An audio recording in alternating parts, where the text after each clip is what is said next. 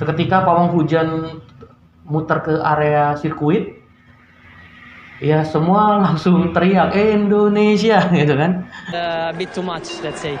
Fabio, I imagine the team and Ducati have so much experience in the wet, they just...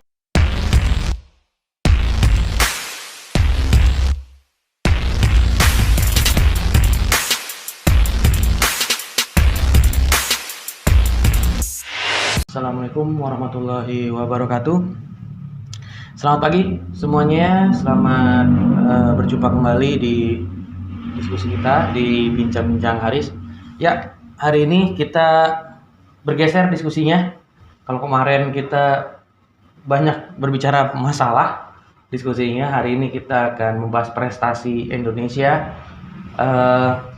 yang tentunya baru beberapa hari yang lalu Indonesia sudah berhasil menyelenggarakan sebuah event internasional yang sangat berhasil, yaitu penyelenggaraan MotoGP di Indonesia, yaitu di sirkuit Mandalika, tepatnya di Lombok, Nusa Tenggara Barat. Nah, ada beberapa hal yang sebetulnya kenapa saya ingin membahas terkait dengan hal tersebut. Yang pertama, penantian yang sangat panjang sekali. Terakhir kalau tidak salah Indonesia pernah menyelenggarakan balapan sejenis motor balap, yaitu di Sentul, kurang lebih kalau nggak salah 25 tahun kalau tidak salah, waktu itu di event 250 cc ya. Tapi kalau sekarang ini disebutnya Moto3, Moto2 dan MotoGP, di event yang paling besarnya Indonesia sudah berhasil. Tentunya tidak terlepas dari itu, penyelenggaraan utama dari memang ada sedikit ya yang kita akan sedikit bahas terkait dengan ini. Indonesia sampai hari ini ridernya belum ada yang sampai menembus ke MotoGP, belum ada rider kita, pembalap kita sampai menembus MotoGP. Dan tentunya Indonesia juga belum memiliki pabrikan motor gitu kan, yang apalagi ke dalam kontestan MotoGP ya, belum. Tapi pabrik motor banyak, tapi pabrikannya punya pabrikan merek orang luar gitu. Nah, tapi yang perlu dibanggakan di tahun 2022 ini akhirnya Indonesia menjadi tuan rumah penyelenggaraan MotoGP, yaitu salah satu event terbesar, dan Indonesia berhasil menyelenggarakan itu di beberapa hari yang lalu, dan kita akan membahas beberapa hal menarik terkait dengan penyelenggaraan MotoGP tersebut. Nah, ada beberapa hal. Yang pertama, terkait penyelenggaraan MotoGP, ini dilakukan di Indonesia karena Indonesia pertama, sirkuit Mandalika itu sudah lolos inspeksinya dan dinilai sangat layak, sekelas dengan sirkuit internasional, dan sangat referensi sekali untuk penyelenggaraan MotoGP, dan ini sangat terlihat sukses. Walaupun di awal kemarin uji coba untuk latihan dan sebagainya, ada masukan dari beberapa pembalap terkait dengan aspal di Mandalika, sirkuit Mandalika itu yang mengelupas dan sebagainya, dan langsung diperbaiki, ditata ulang kembali, dan akhirnya di hari H kita sangat luar biasa melihat aspal yang kualitas nomor satu, kalau atau disebut kualitas premium di Mandalika. Nah, ada beberapa hal yang kita ingin bahas terkait dengan hal-hal kemarin terjadi di Mandalika.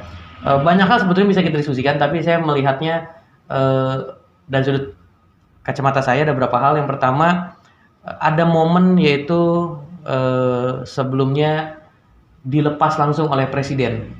Jadi ada pawai MotoGP, dan ini jarang sekali kita lihat. Mungkin karena Indonesia pertama kali yang menyelenggarakan MotoGP, jadi sehingga pada saat itu diundang para rider ke istana, kemudian bertemu langsung dengan Presiden Republik Indonesia Pak Joko Widodo langsung, kemudian foto bersama, makan siang bersama, kemudian dilepas langsung oleh Pak Presiden.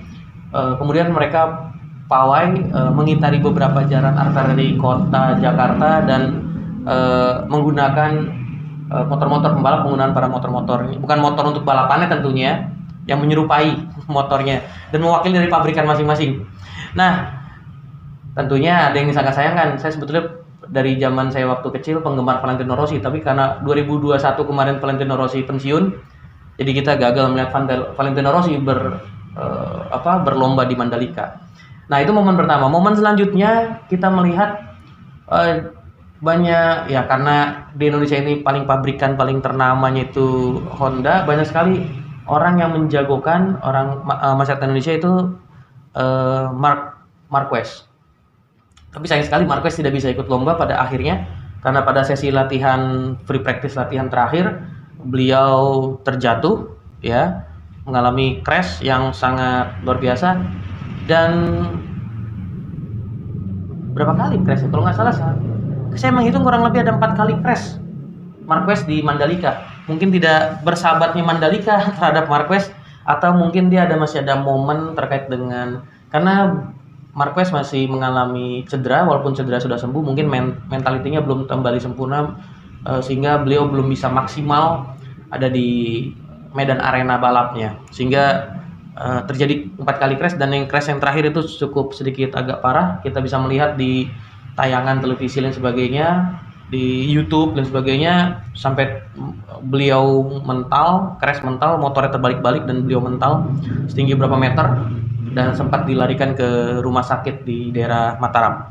Momen selanjutnya yaitu ada rider Aprilia yaitu Alex Espargaro.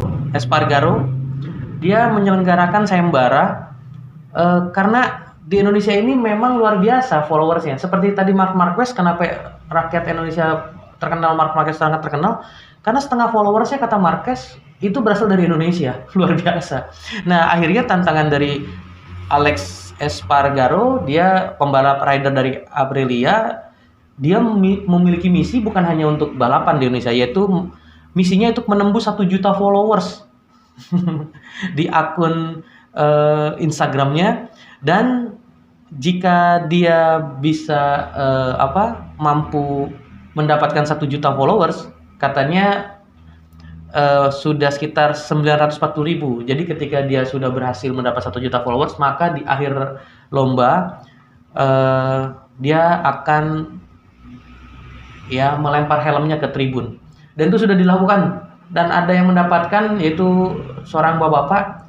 Dan ketika kameramen dan video itu disorot ke beliau, dia dengan bilang, ini nggak akan saya jual katanya helmnya, luar biasa. Memang ya kalau saya dapat itu juga mungkin saya akan jadikan momen, saya taruh itu helm, walaupun kalau dijual harganya mahal gitu, lumayan itu. Kemudian momen selanjutnya yang keempat, ini yang ekstrim, pawang hujan, dahsyat banget. Teman-teman bisa ngelihat langsung di Instagram resminya MotoGP. Saya tadi sudah melihat di Instagram MotoGP. Itu diposting luar biasa dan mengucapkan terima kasih. Jadi kemarin itu ketika kita nonton MotoGP dan komentar-komentatornya itu, kita bisa melihat bahwa kalau versi Indonesia ini juga kita sudah bisa mendengar, dan versi bahasa Inggrisnya juga komentar-komentatornya, mereka bilang ini keluar biasaan dan luar biasanya Indonesia. What is amazing in Indonesia katanya kan.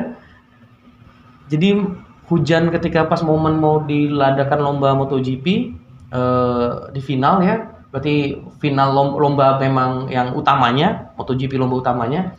Moto3 sangat cerah cuacanya, Moto2 juga sangat cerah. Pas mau lomba MotoGP itu hujan dengan lebatnya turun. Seketika pawang hujan muter ke area sirkuit, ya semua langsung teriak Indonesia gitu kan. Itu sangat seru sekali, dan semua kameramen menyorot itu, bahkan para rider, para pembalap, para official TV dari tribun, bahkan penonton dari tribun, kemudian dari tempat VVIP, bahkan Presiden Dorma sendiri sambil berbincang dengan Presiden Joko Widodo mengapresiasi, dan bahkan dia bilang luar biasa, hanya ada di Indonesia kata dia. Sebetulnya mungkin di negara lain pun ada, tapi luar biasa ekstrimnya di Indonesia. Memang is magic katanya. Kemudian bahkan MotoGP sendiri di akun Instagram resmi MotoGP membuat ada foto salah satu pawang hujan ya, kemudian ditulis unggahannya "Thank you for stopping the rain". Itu unggahan di Instagram MotoGP. Luar biasa. Ini jadi bukan hanya momen balapan saja yang unik di Mandalika Indonesia ya. Kemudian momen yang kelima yang saya catat yaitu diabadikannya momentum ketika hujan itu lebat, petir menyambar di lintasan.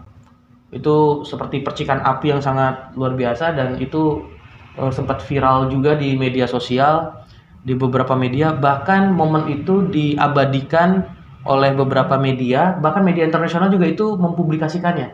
Momen petir menyambar di lintasan seperti jedar gitu kan, ada kilatan cahaya dan bahkan berapi. Dan itu sekian detik saja itu momen itu, dan menyita perhatian jagat media sosial. Nah, itu momen kelimanya. Kemudian momen lainnya yaitu terkait dengan pemenang lomba, yaitu Miguel Oliveira. Momen ini yaitu dia mengucapkan say thank you-nya kepada orang Indonesia, yaitu bernama Risman. Risman ini merupakan staf di hotel, salah satu hotel di mana tempat Oliveira menginap ada di Lombok. Saat wawancara usai lomba, Miguel Oliveira ini mempersembahkan juaranya ini, dia persembahkan untuk kemenangan 2 orang, yaitu anaknya yang pertama, yang kedua Oliveira persembahkan untuk Risman. Akhirnya kita cari tahu tuh Risman itu siapa gitu kan di media sosial dan sebagainya, karena ini sempat viral. Ternyata Risman ya tadi salah satu staf di hotel. Kenapa Oliveira sampai mengucapkan say thank you yang luar biasa atau ucapan terima kasih, bahkan kemenangan itu didedikasikan untuk Risman, yaitu karena momentum ketika selama Oliveira itu ada di Indonesia, Risman itu pria yang sangat baik melayaninya, kemudian sangat ramah dan sebagainya. Dan saya juga punya momen di bulan Januari kemarin, saya dengan istri dan keluarga, dengan adik ya, kurang lebih 1 minggu saya di Lombok, menikmati pariwisata di Lombok, dan luar biasa. Menjadi catatan penting bahwa sadar wisata di Lombok terkait dengan masyarakatnya dan sebagainya ini sangat luar biasa, sangat ramah-ramah. Harga-harga di sana juga sangat reasonable sebanding dengan harga yang enak dan sebagainya. Kemudian sedikit reasonable, kemudian oleh-oleh juga sangat murah, sehingga sangat menjadi alasan ketika orang akhirnya ingin kembali lagi berpariwisata di Lombok. Bukan hanya menjual sekedar alam, tapi budaya, culture, kemudian keramat tamahan Indonesia dan sebagainya. Sehingga Miguel Oliveira pun merasakan hal yang sama. Jadi ini juga sama, jadi PR saya. Istri saya udah nanya lagi kapan momentum main lagi atau pariwisata ke Lombok lagi. Mudah-mudahan dalam jangka waktu dekat bisa berkesana juga, ikut kesana juga. Walaupun saya sebenarnya kemarin ingin sekali nonton langsung di sirkuit, tapi ada beberapa hal yang memungkinkan akhirnya saya tidak bisa kesana. Ya, momennya nanti terakhir saya bagikan video waktu di bulan Januari saya pernah mampir untuk melihat persiapan Mandalika. Walaupun waktu itu kami tidak boleh masuk ke dalam, tapi saya melihat dari luar terkait dengan persiapan dari para ofisial dan para tim yang menyiapkan sirkuit Mandalika. Nah, keramat taman ini akhirnya menjadi momentum bahwa Indonesia merupakan warga yang sangat ramah tamah dan sebagainya. Maka kesadaran ini untuk mendukung pariwisata di Indonesia sendiri. Dan saya berharap Banten juga sama seperti itu. Kita pernah terkenal di Banten ya, masuk pantai sangat mahal, kemudian ada orang yang makan di sebuah restoran atau rumah makan di daerah tertentu di Provinsi Banten ya, di pantai di Banten, itu sangat mahal gitu harga makanannya, akhirnya orang jadi kapok pariwisata. Jangan seperti itu. Nah, ini yang menjadi momentum kebangkitan pariwisata di Indonesia. Kemudian momen yang lainnya yaitu ada pencetak rekor pertama, yaitu Miguel Oliveira mencetak sejarah. Dialah juara MotoGP pertama di sirkuit Mandalika. Beliau Miguel Oliveira dari Portugal, dan dia start dari posisi ke-7. Awalnya tidak dijagokan untuk menjadi juara karena ada pabrikan motor-motor yang diunggulkan seperti Ducati, Yamaha, Honda. Miguel Oliveira menggunakan motor KTM, dan ternyata dalam membalap di 20 lap di bawah guyuran hujan dan sebagainya, akhirnya sejarah mencatat Miguel Oliveira mencetak sejarah orang yang pertama juara di sirkuit Mandalika. Kemudian mungkin teman-teman juga bisa mengetahui ya kita Indonesia hari ini belum punya rider yang di MotoGP. Mudah-mudahan para rider-rider kita dengan adanya sirkuit Mandalika ini yang telah diresmikan Pak Jokowi, kemudian ini merupakan momentum bahwa Indonesia memiliki sirkuit bertaraf internasional.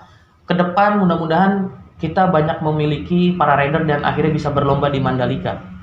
Karena sirkuit Mandalika secara resmi akan digunakan untuk pagelaran MotoGP.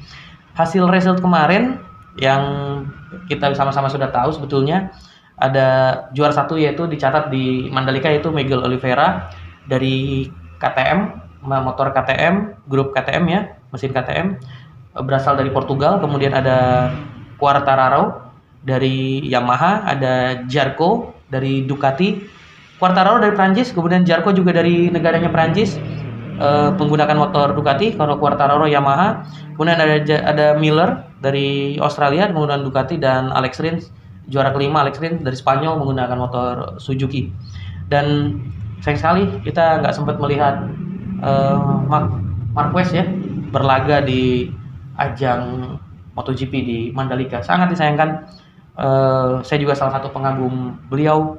Pas ngelihat beliau praktis pagi-pagi jatuh, terguling dan crash, saya bilang aduh, sangat disayangkan beliau tidak bisa ikut dalam pertandingan ini. Mungkin itu yang beberapa hal yang kita bisa diskusikan terkait dengan Mandalika. Sekali lagi saya ingin mengucapkan selamat sekali lagi pada pemerintah Indonesia yang sudah berhasil dan sukses menyelenggarakan momen MotoGP, dan tentunya ada banyak PR juga setelah MotoGP ini, penyelenggaraan MotoGP ini. PR-nya yaitu harus dipersiapkan lebih seperti sarana prasarana. Yang saya perhatikan dari beberapa media juga masih menceritakan ada terjadi kemacetan, kemudian masih terjadi antrian yang agak sedikit menyulitkan. Kemudian ada menurut saya ada pejabat publik sindrom juga yang saya perhatikan, yaitu pejabat-pejabat lokal itu minta dikawal juga pakai forrider dan sebagainya. Saya pikir itu kacau juga. Saya bilang kita boleh lah pakai forrider, tapi maksud saya pejabat-pejabat paling pentingnya lah, seperti kayak presiden, kemudian para menteri dan jajaran presiden dari Dorma atau MotoGP dan sebagainya itu didahulukan. Tapi kalau pejabat-pejabat lokal ya elah, kayak kepala dinas dan sebagainya, udahlah ikut ngantri lah, budayakan ngantri lah Indonesia ini kan. Kemudian kita berharap juga perawatan yang dilakukan di sirkuit Mandalika ini perawatannya juga maksimal, sehingga jangan sampai pertama kali event ini kemudian sirkuit tidak digunakan, tidak dirawat, akhirnya jadi lumbukan lagi. Biasanya di Indonesia seperti itu. Akhirnya jadi buang-buang uang dan buang-buang hal-hal lainnya, jadi percuma dan pemborosan. Dan momen terakhir yang ingin saya bahas terkait dengan Mandalika yaitu gerakan ini merupakan keberhasilan pemerintah bukan hanya membuat sebuah sirkuit, tapi membuat sebuah momentum kebangkitan bahwa Indonesia bisa menjadi negara Indonesia maju. Kita sejajar dengan negara-negara maju lainnya. Bukan hanya kita memiliki sirkuit, tapi keuntungan lainnya yaitu Mandalika memiliki keindahan panorama alam, keramah tamahan penduduk. Inilah yang menjadi unggulan Indonesia dalam memiliki sirkuit internasional Mandalika. Semoga kedepannya kita memiliki para rider, dan tentunya kita juga punya pabrikan motor yang ikut juga dalam lomba. Jadi bukan pertama sirkuit sudah punya, besok konsentrasi pemerintah, pemberdayaan para pembalap-pembalapnya, pembinaan para pembalap, kemudian ya industri otomotifnya juga meningkat, dan sehingga punya pabrikan motor untuk bisa ikut lomba dalam MotoGP. Terakhir mungkin nanti ditayangkan slide waktu di bulan Januari saya mengunjungi sirkuit Mandalika. Itu saja dari saya, dan momen-momen lainnya di Lombok terkait dengan keindahan alam dan sebagainya pernah saya buatkan di konten YouTube saya sebelumnya, bisa cek sendiri oleh teman-teman. Siapa tahu nanti kita punya rezeki bersama-sama untuk bisa bersama ke pariwisata ke Lombok. Dan Indonesia memang wonderful Indonesia. Salam sukses selalu. Terima kasih. Saya akhiri. Assalamualaikum warahmatullahi wabarakatuh. Welcome to Mandalika. Ya, hari Rabu kita sebelum pulang besok ke Banten kembali, kita berkesempatan untuk bisa melihat sirkuit Mandalika. Ini wilayah Mandalika, dan ada sirkuit internasional yang diakui keberadaannya oleh dunia mancanegara, dan kalau tidak salah nanti bulan Maret ada MotoGP. Ya, inilah hasil pembangunan program Pak Jokowi